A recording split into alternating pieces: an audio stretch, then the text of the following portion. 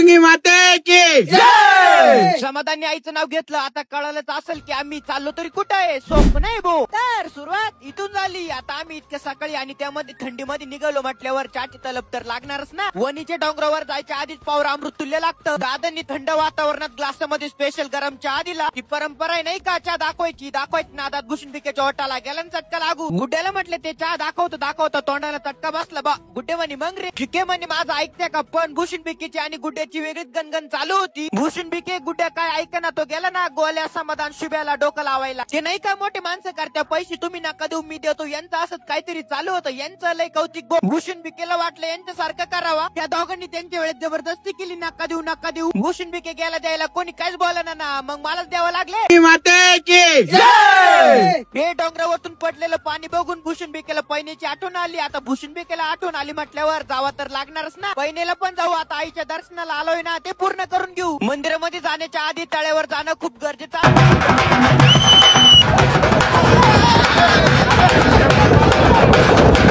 इतका आनंद बघून आम्हाला कुठं राहत.